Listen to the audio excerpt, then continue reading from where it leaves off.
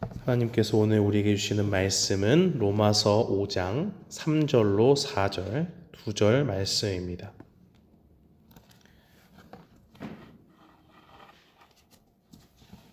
신약 성경 로마서 5장 3절로 4절까지의 말씀, 우리 다 찾으신 줄 알고 함께 봉독하겠습니다. 다만 이뿐 아니라 우리가 환난 중에도 즐거워하나니 이는 환난은 인내를, 인내는 연단을, 연단은 소망을 이루는 줄 알미로다. 아멘.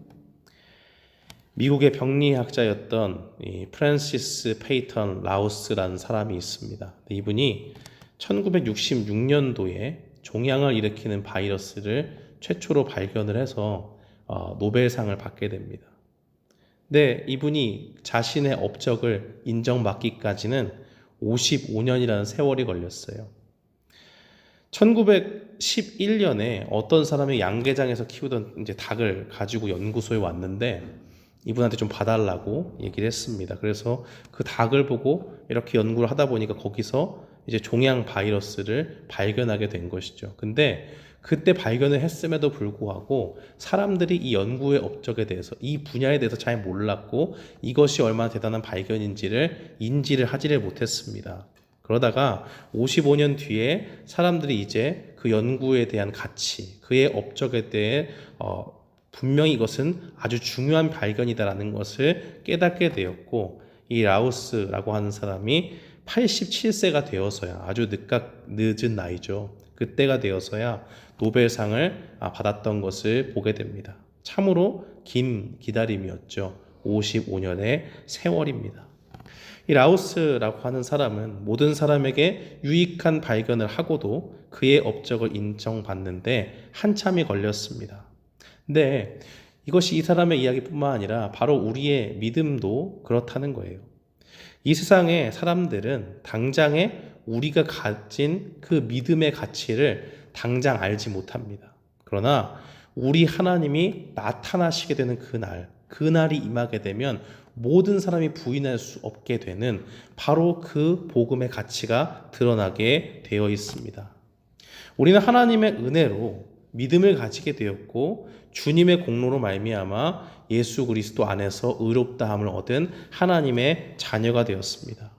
그리고 그 가운데서 구원의 은혜를 받게 되었습니다. 그렇다면 우리가 스스로 얻을 수도 없었고 우리의 힘으로 가질 수도 없는 이 선물과 같은 구원의 은혜를 받은 사람들이라면 이 땅에 어떤 모습으로 살아가야 됩니까?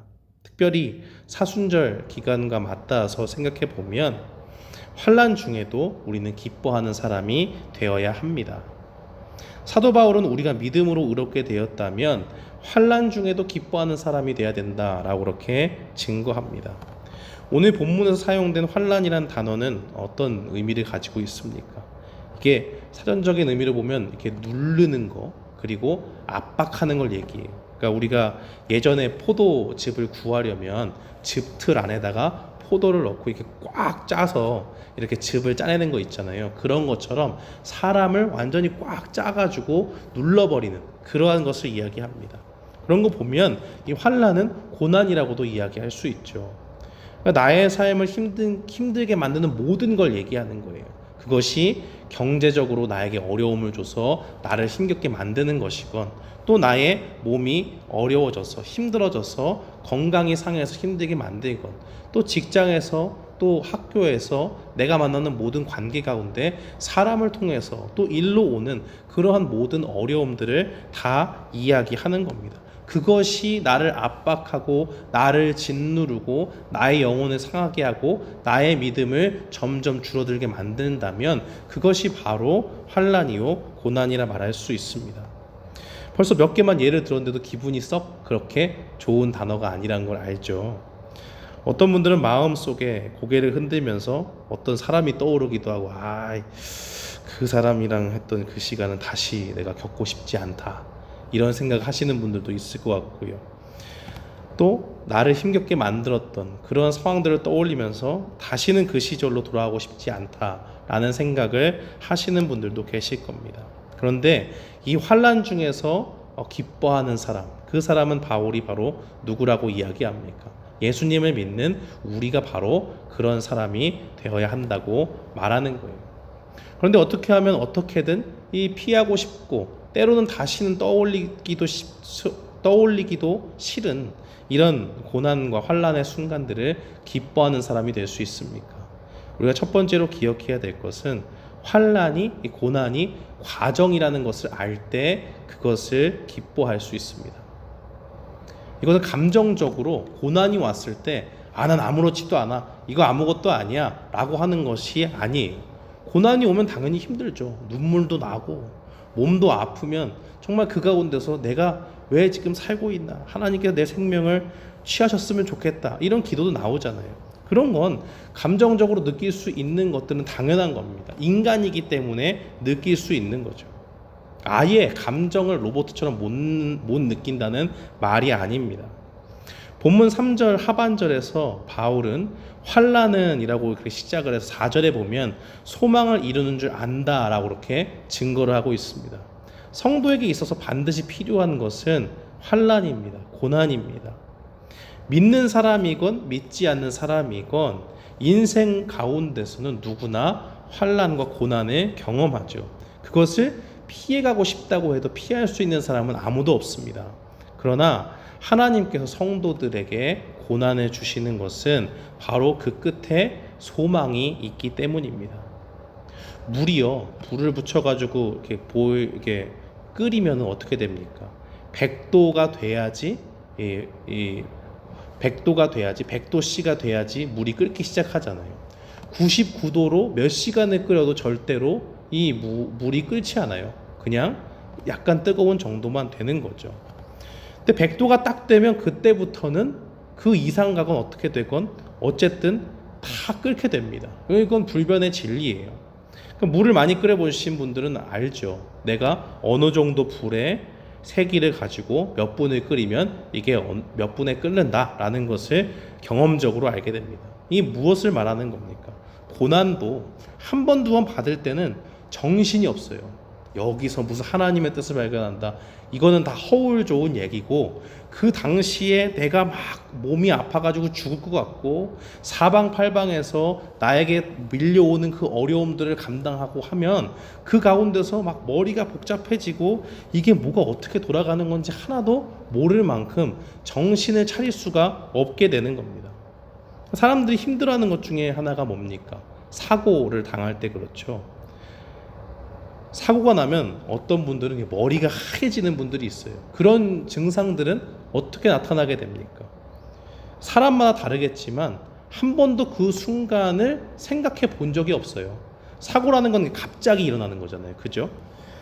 그러니까 예측을 하고 이렇게 대비를 한 것이 아니고 일어날 줄 몰랐는데 이런 상황을 상상할 수 없었는데 갑자기 당하게 된 경우, 그때 사람이 머리가 하얘지는 겁니다. 그런데 어떤 사람들은 좋은 일인지 나쁜 일인지 모르겠지만 사고를 여러 번 경험하게 되면 그 가운데서 당황할 수 있어도 별로 당황하지 않죠.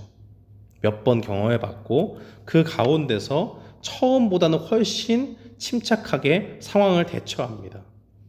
그리고 어떻게 절차를 밟아서 이것을 처리해야 되는지를 능숙하게 알죠. 왜냐하면 경험을 해봤기 때문입니다.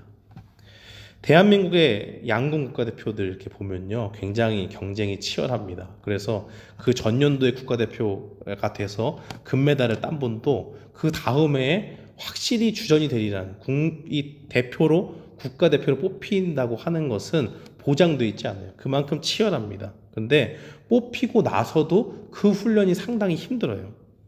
다양한 환경에서 훈련을 합니다. 스피커를 크게 틀어놓고 훈련하는 걸 보니까 금메달 딴 선수도 5점을 쏘더라고요. 10점 만점에. 그리고 사람이 많은 관중들이 많은 그 야구장에서 쏘니까 7점을 쏘는 선수도 있어요. 점수가 제대로 나오지 않는 거죠. 나중에는 아주 가까이, 거의 제가 여기 있으면 한 이 정도 되는 곳에 관중석이 있고 내가 활 시위를 당길 때마다 한 번 쏠 때마다 옆에서 뭐라고 하는지 수많은 사람의 이야기가 다 들립니다. 저거 호흡이 딸린 거 아니야? 팔 힘이 약한가? 조준이 잘 안 돼서 그러네. 정신 똑바로 차려야지. 이런 게 옆에서 계속 들리는데 그 가운데서 활을 쏘는 훈련을 하더라고요. 그러니까 나중에는 그런 훈련을 다 하고 나니까 옆에서 뭐라 그래도 상관이 없어요. 그냥 평정심을 유지합니다. 그 담력을 키우려고 사람이 가장 무서워하는 높이 11m에서 다이빙도 하고 막 이런 다양한 훈련들을 해요. 그렇게 하니까 본선에서 이제 경기를 할 때 올림픽에 보니까 그냥 보면은 별로 박진감이 없잖아요. 양궁은 막 몸을 막 격하게 움직이는 게 아니니까, 뛰어다니는 게 아니니까요. 그러니까 이 사람들이 흥미를 이끌게 하려고 심장 박동수를 숫자로 이렇게 띄워놓게 해놨어요. 근데 거기 보니까 한 국가대표 남자 선수를 보니까 보통 성인 남성이 휴식할 때, 그러니까 아무것도 안 하고 아무 생각도 안 하고 좀 쉬어야겠다 이렇게 하면은 이 심박수가 한 60에서 100이 나온다고 하더라고요. 근데 그 선수는 지금 본선에서 금메달을 놓고 활을 시위를 당기고 관역을 맞추고 하는데 70에서 90이 나와요. 이게 뭡니까? 상대 선수는 완전히 170 가까이 나오는데 평정심의 차이가 이렇게 나는 거예요. 그게 다 바로 뭘 보여주는 겁니까? 바로 훈련의 과정을 잘 거쳤기 때문에 어떤 상황 가운데서 흔들리지 않는 그 실력을 보여주는 것이죠. 자신을 힘들게 하는 상황이 반복되고 또 반복되는 그 경험을 한 선수들은요, 훈련의 목적을 압니다. 힘든 훈련이 계속 고되고 어렵잖아요. 그렇지만 이 힘든 것에서 다가 아니다라는 것을 알고 좋은 결과를 얻기 위한 하나의 과정일 뿐이다라는 것을 분명히 깨닫습니다. 우리의 믿음도 마찬가지예요. 고난을 당하면 힘듭니다. 근데 한 번, 두 번 겪고 계속 반복되면 거기서 얻어지는 것들이 있습니다. 영적인 지식을 얻는 거예요. 고난을 자꾸 겪게 되면 선수들이 훈련이 되듯이 우리의 믿음이 고난을 통해서 점점 자라게 된다는 겁니다. 어떻게 자랍니까? 믿음이 연약해서요, 고난이 처음에 올 때는 하나님께 원망도 하고 소리도 지르고 하나님 앞에 간절히 기도하면 좀 괜찮아질까? 간절히 기도해도 하나님이 각자에게 주신 고난을 감당하게 하실 때가 있습니다. 그러면 하나님이 그냥 그 기도를 안 들어주시는 걸로 놔두시는 거예요. 그러면 그 가운데 어떻게 합니까? 하나님 도대체 왜 이런 일을 나에게 허락하십니까? 이렇게 묻다가도 계속 지치고 어려우니까 어떻게 해요? 하나님을 따지고 소리 지르고 불평하고 원망하고 이런 걸로 시작해요. 그 고난의 시작이 그렇게 되는 거예요. 훈련의 처음이. 그러다가 나중에 고난이 계속 오고 견디고 또 오고 견디고 이것을 반복하다 보면 어떻게 됩니까? 불평의 사람으로 시작했다가도 고난 속에서 하나님의 일하심을 보고 결국에는 소망의 사람으로 하나님이 바꿔주십니다. 그래서 4절 마지막에 이루는 줄 알미로다 라고 할 때 이 안다라고 하는 게 바로 인간적인 노력으로 무슨 책을 통해서 배운다 이런 게 아니고 성령님께서 하나님의 뜻을 보여주시고 깨닫게 하시는 그 영적인 지식을 얻는다는 거예요. 그렇게 해서 알게 하신다는 거예요. 그러니까 고난은 하나님께서 우리에게 주신 훈련에 아주 좋은 교보제가 되는 거죠. 그래서 처음에 사람들이 오해를 많이 합니다. 하나님을 믿고 나면 형통할 것이라고 생각했는데 왜 나한테 이렇게 하시나 하잖아요. 그런데 이미 우리가 믿음으로 의롭게 되었으면, 우리가 하나님의 자녀가 되었으면 훈련의 과정이 시작된 걸 알아야 돼요. 국가대표도 금메달을 따려고 저렇게 열심히 훈련을 하는데 최고의 코치인 하나님께서 우리를 하나님의 자녀로서 훈련하지 않고 놔두시겠습니까? 그렇지 않다는 거예요. 누구든지 내 제자가 되려 나를 따르려거든 자기를 부인하고 자기 십자가 뭡니까? 각자에게 맡겨주신 그 고난의 짐들이 있어요. 그 십자가를 지고 따라와야 된다고 하는 그 훈련의 과정의 시작으로 고난을 주신다는 겁니다. 그래서 로마서 8장 17절은 증거하기를 자녀이면 또한 상속자 곧 하나님의 상속자요 그리스도와 함께한 상속자니 우리가 그와 함께 영광을 받기 위하여 고난도 함께 받아야 할 것이니라 라고 그렇게 증거합니다. 예수님이 십자가에 고난을 당하시고 그리고 나서 영광으로 들어가신 것처럼 우리도 그 부활의 영광에 참여하기 위해서 주님의 고난에 동참하는 주의 제자가 되어야 된다는 겁니다. 성도의 훈련 과정은 고난으로부터 시작됩니다. 그리고 그 끝은 부활의 영광을 바라보는 중에 소망을 얻는 겁니다. 하나님은 그래서 고난을 통해서 지금 겪는 고난보다 더 큰 영광을 자꾸 바라보게 하셔서 우리의 믿음을 자라나게 하시는 겁니다. 그렇기 때문에 우리는 고난이 와도 환난 중에 즐거워할 수 있어요. 두 번째로 우리가 기억해야 될 것은 고난이 나를 짓누르고 억누를 때 하나님은 그 과정을 통해서 무엇을 주십니까? 바로 고난을 통해서 인내를 배우게 하십니다. 그렇기 때문에 우리가 기뻐할 수 있다는 거예요. 3절 말씀 하반절에 보니까 이는 환난은 인내를 이라고 증거를 하죠. 근데 우리말 성경에는 4절에 보면 이룬다라는 말이 나오지만 헬라어 원문은 3절에 나옵니다. 거기서 이 환난이 인내를 가져온다라고 할 때 이룬다라고 하는 말은 어떤 결과를 산출해낸다는 뜻이에요. 그러니까 어떤 사건에서 결과를 가지고 오니까 바로 이 고난을 통해서 인내를 얻게 된다라고 하는 것이죠. 그렇다면 인내는 무엇입니까? 쉽게 얘기하면 참는 거예요. 견디는 거예요. 오랫동안 그 자리를 지키는 겁니다. 고난을 자꾸 겪게 되면 견딜 수 있는 힘을 하나님이 주신다는 것을 깨닫습니다. 고린도전서 10장 13절에 보니까 사람이 감당할 시험 밖에는 너희에게 당한 것이 없나니 오직 하나님은 미쁘사 너희가 감당치 못할 시험 당함을 허락치 아니하시고 시험 당할 즈음에 또한 피할 길을 내사 너희로 능히 감당하게 하시느니라. 그러니까 하나님께서 고난을 주시는데 그것을 통해서 훈련할 때 우리가 탈락할 시험은 안 주신다는 거예요. 그런 훈련은 없다는 거예요. 모세를 보십시오. 리더로 감당할 수 없는 것 같은 정말 큰 부담을 가지고 이스라엘 백성의 리더로 세움을 받았습니다. 그때 믿음이 좋아서 하나님 알겠습니다, 순종하겠습니다 하고 처음에 가면 참 좋겠지만 그 믿음이 연약하니까 어떻게 해요? 그게 그렇게 부담으로 다가오는 거예요. 그 자체가 고난인 거예요. 그러니까 어떻게 합니까? 중간에 원망도 막 받으면서 굉장히 고난을 받았는데 중간중간에 또 광야에서 우리를 죽게 하려고 막 여기까지 우리를 인도해낸 건 아니냐 하고 하면서 사람들에게 굉장히 힐난을 받기도 하죠. 그때 그 마음이 어떻겠습니까? 그런데 하나님이 그때마다 도우시죠. 처음에 소명을 받았을 때에 부담을 가지고 하나님이 부르신 거 알겠는데 저 백성들이 야 네가 어떻게 하나님이 너 같은 사람을 불렀냐 라고 이야기하면 내가 뭐라고 얘기합니까? 라고 얘기하니까 하나님께서 답을 주시죠. 믿지 않으면 어떻게 합니까? 저 백성들이 하니까 하나님께서 그 백성들이 믿을 수 있도록 기적을 3개나 주세요. 지팡이를 던져서 뱀이 되게 하시고 뱀의 꼬리를 잡으면 다시 지팡이가 되게 하십니다. 또 품에서 손을 이렇게 넣었다가 빼면 나병이 걸리고 다시 뺐다가 넣으면 그 병이 낫게 되는 그런 기적을 보여주시죠. 마지막에 주신 건 뭡니까? 네가 이 두 개를 안 믿으면 세 번째 옵션. 나일강 물을 떠가지고 땅에 쏟으면 그것이 땅에서 피가 된다. 출애굽기 4장에 나와 있는 내용이죠. 그런 것들을 하나님께서 다 공급해 주셔서 그 모든 부담과 고난을 견디게 만드시는 거죠. 또 민수기 16장에서 고라와 다단과 아비람이 당을 짓습니다.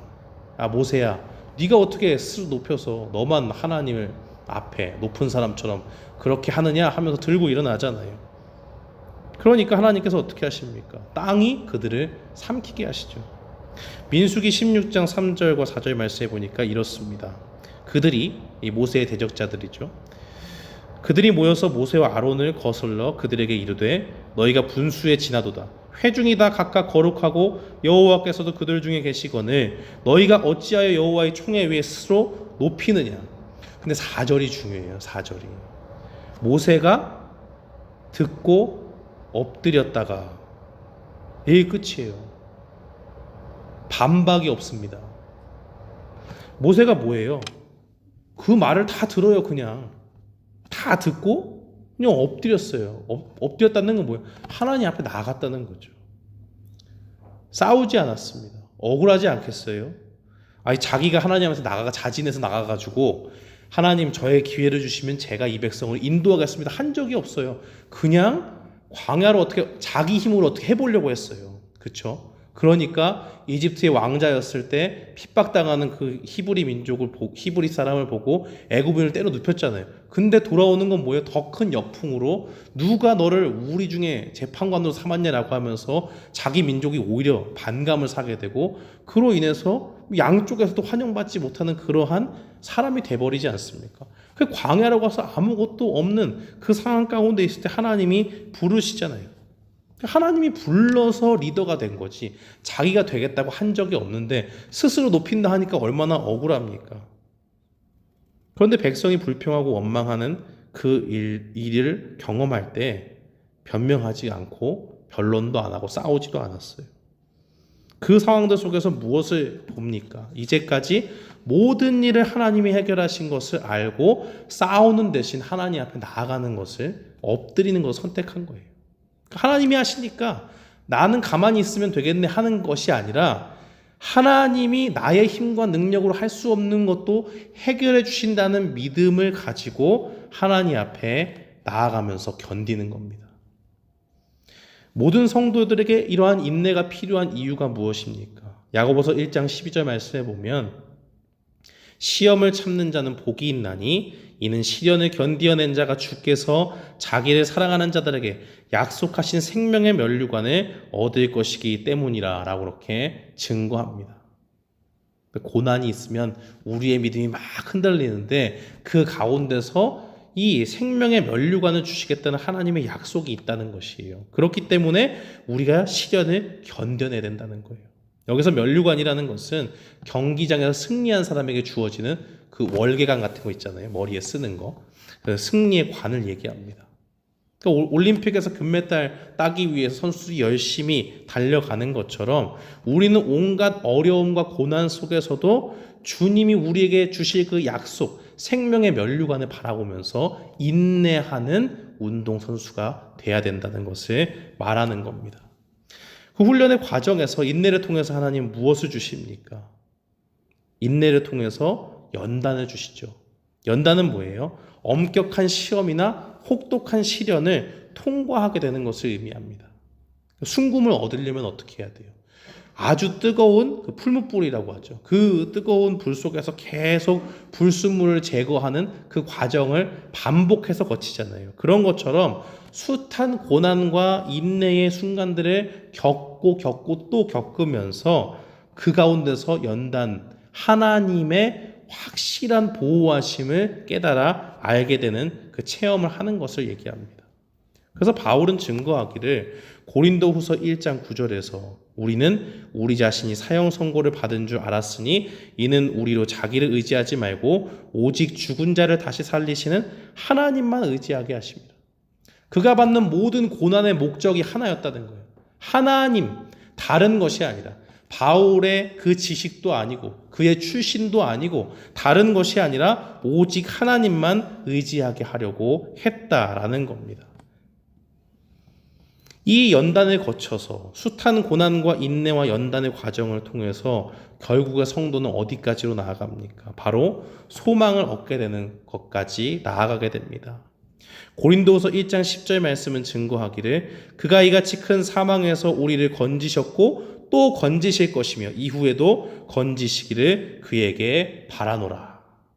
이 바울은 고난으로부터 시작된 훈련의 과정을 통해서 어떤 믿음을 갖게 되었습니까? 이제는 과거의 자신을 고난 가운데 건져주신 그 하나님을 확실하게 바라보고 있습니다. 그리고 지금 겪게 될 고난도 과거에 해주셨던 것처럼 하나님이 당연히 나를 건져주시겠지 하는 그 믿음을 가지고 있다는 거예요. 그리고 나서 앞으로 당하게 될 그 미래의 고난도 이기게 하실 하나님을 바라보면서 주님 안에서 소망을 얻는다는 말입니다. 사랑하는 성도 여러분, 우리 하나님께서는 예수 그리스도의 공로로 우리를 의롭다 하시고 하나님의 자녀로 우리를 부르셨습니다. 성숙한 믿음으로 우리가 거듭나게 하기 위해서 고난받게 하시고 그 가운데서 즐거움을 얻게 하십니다. 의롭다 인정받은 자녀들로 이 땅에서 고난받게 하셔서 인내를 배우게 하십니다. 그리고 연단하셔서 하나님이 우리를 어떤 상황 중에도 확실히 보호하신다는 사실을 믿는 믿음을 주십니다. 그래서 그 가운데서 우리 앞에 놓인 현실과 여전히 미래의 불확실한 그 삶 가운데서도 우리를 지키시는 하나님께 소망을 두게 하시는 겁니다. 그 믿음의 눈을 주시기 위해서 우리에게 오늘날 환난, 고난을 주신다는 거예요. 결국 고난은 우리의 즐거움과 유익을 뺏어가는 고통스러운 것이 아니라는 결론에 이르게 됩니다. 그것은 우리의 소망을 더욱더 빛내주는 좋은 훈련의 도구가 됩니다. 그렇기 때문에 우리는 궁극적으로 소망을 안겨주는 고난을 당할 때에도 주님 안에서 즐거워할 수 있는 겁니다. 지금 우리가 당하는 고난이 우리를 둘러싸고 있습니까? 경제적인 어려움, 또 육체적인 질병과 아픔, 관계의 어려움, 또 내가 하는 일에 대한 고단함, 나를 짓누르는 여러 가지 부담과 여러 가지 모양으로 나의 믿음을 흔들려고 하는 상황들이 내 눈앞에 있습니까? 사랑하는 성도 여러분, 그렇다면 우리가 고난 중에 소망을 갖게 하시는 하나님을 바라보기를 원합니다. 우리가 가진 소망은요, 세상 사람들에게는 어리석은 것처럼 느껴져요. 그렇지만 바울은 남들이 뭐라고 해도 우리의 소망은 부끄러운 것이 아니라고 얘기합니다. 하나님이 우리를 사랑하셔서 예수님의 피로 우리를 구원하셨고 원수되었던 하나님과의 관계에서 우리를 화평의 관계로 회복시켜 주셨습니다. 그렇다면 그 십자가에서 나타난 그 주님의 사랑이 우리에게 충만히 나타나게 된 것이고, 그 주님의 사랑에서 그 무엇도 어떠한 고난이나 환난, 또 사람들의 우리를 얕잡아보고 우리의 믿음을 평가절하하는 그 모든 비난과 핍박이 하나님의 사랑에서 우리를 끊을 수 없습니다. 그렇기 때문에 우리는 현재의 고난의 삶 속에서도 우리를 사랑하셔서 고난을 감당하게 하실 주님을 바라볼 수 있게 되는 겁니다. 그 주님을 바라보면서 한 걸음 더 나아가서 무엇을 보게 되는 것이죠? 장차 다시 오셔서 우리에게 영원한 생명을 주시고 주님이 부활의 영광을 보여주신 것처럼 우리도 또한 부활의 영광으로 나아가게 하실 것을 소망하게 만드는 겁니다. 고난 이후에 우리를 구원하시고 영원한 생명으로 우리를 초청하실 그날을 바라보는 믿음, 그것은 고난으로부터 시작됩니다. 그렇기 때문에 우리가 오늘 이 땅을 살아갈 때에 고난을 기쁨으로 여기고 소망을 낳게 하는 그 고난을 바라보면서 즐거움으로 살아가게 될 줄 믿습니다. 이 믿음을 가지고 있었던 사도 바울은 죽음을 정말로 두려워하지 않았습니다. 사도행전 14장 19절로 23절에 보니까 어떤 일이 있었냐면 사도 바울이 루스드라라는 곳에 가게 됩니다. 그리고 그곳에서 돌로 쳐서 죽은 줄 알고 사람들이 이렇게 성 밖에 내던지게 돼요. 그러니까 믿음의 형제들이 와가지고 바울을 둘러쌌어요. 야, 큰일 났다. 이거 진짜 죽었나? 하고 보니까 20절에 보니까 제자들이 둘러섰을 때에 바울이 일어나 그 성에 들어갔다가 이렇게 되어 있습니다. 아니 이게 말이 안 되잖아요. 자기가 죽고 고난을 당한 그 상황 가운데서 훌훌 털고 죽은 것처럼 맞았는데 몸이 퉁퉁 붓고 피가 철철 나는 그 상황 가운데서 다시 그 성으로 들어가는 거예요. 복음을 전하기 위해서. 21절에 보니까 복음을 그 성에서 전하여 많은 사람을 제자로 삼고 루스드라와 이고니온과 안디옥에 돌아가서 제자들의 마음을 굳게 하여 이 믿음에 머물러 있으라 권하고, 또 우리가 22절 말씀에 보면요, 하나님의 나라에 들어가려면 많은 환난을 겪어야 할 것이니라 라고 하고 각 교회의 장로들을 택하여 금식 기도하며 그들이 믿는 주께 그들을 위탁했다라고 합니다. 사랑하는 성도들, 바로 우리가 이런 믿음까지 가야 돼요. 우리의 목숨이 다하는 그날까지 주님이 우리에게 맡겨주신 그 사명을 감당하는 것, 죽음의 그 고난이 우리 가운데 몰려와도 그것을 두려워하지 않고 다시 우리를 살리실 주님을 바라보면서 그 성으로 들어가는 믿음, 그 믿음이 우리에게 필요한 줄 믿습니다.